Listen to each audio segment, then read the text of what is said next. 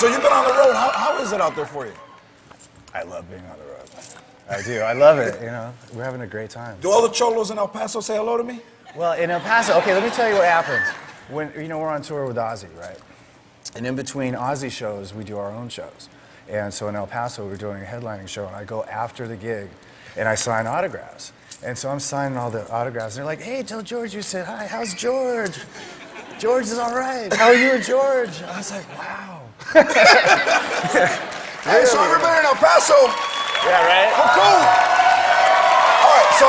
But it was very cool. It's nice, right? I text you right after that. You did, because they know we're boys, man. And you watch the show on the tour bus every night, you were saying. Just about every single night. So that's very nice. Hey, and touring in Europe and all the stuff that you've done, have you ever, in the old days, have you ever gone to a place now and forgotten that you've been there before? Yeah. No, it's not just the old days either. It happened to me recently, but I can't remember which town it was. I love that. It happens because you get on a roll and you don't really pay attention to where you're going all that much. You looked at the itinerary before you left, and then they just set you off running, and you just go. Yeah. And you don't really think too much about where you're at, you know, for the most part. When you were in Australia, you remember being there? Yeah. When you were in Australia, you got in trouble for tweeting Justin Bieber. Like this whole thing blew up. It was like innocuous, right? Well, okay. I mean, I wasn't really hip to the whole Justin Bieber phenomenon. Right? So we're flying. No, I mean, hey. At the time, I just wasn't really that hip to it. Anyway, so we were flying in. You know, my wife and my kids and I are flying to Australia to do some press, and we get to the airport, and it was like the Beatles had just arrived, and I was like, I don't think this is for me. You know? I mean, all things considered, you know, I appreciate it and everything, but anyway, it turns out that Justin had just flown in previous, right? Yeah. So they decided, well, Slash is coming, we'll hang out, you know.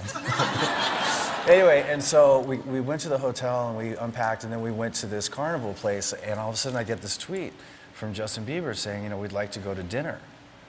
And I was like, you know, and I mean, I've heard of him, you know, but I just didn't.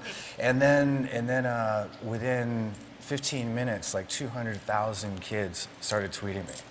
And it blew out my phone. So it took the battery out. It killed your battery? And so you got to, you know, for me, I'm just going, what the hell's happening here? And did you tweet them back? Well, so later on that day, my wife and I were walking around, and we were getting bombarded on the street by girls asking where we were going to be going to dinner and stuff. And then so at some point, you know, I wasn't really looking forward to going to dinner and doing that whole thing. So we said, how about the missus and I take you to a titty bar? And then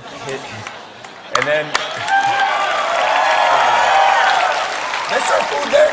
Well, yeah. And they like young boys and so on. So, and so his assistant tweeted me back saying that, well, he goes to bed early and his mom's his chaperone, so I don't think that's going to be appropriate. So that was sort of the end of it. But now, actually, Justin and I have established a little bit of a relationship. We know who each other are. Yeah. And when he turns 18, is the offer still good? You know, all things considered, when he turns 18, I don't know. You know, he's on his own. Because if he isn't doing it now, I don't want to be around when he turns 18 and realizes it's legal. You know? Yeah. When I was 16, if I had the amount of trim that he potentially could, oh man, they'd have to put me away. But okay. But can I go with you? Yeah.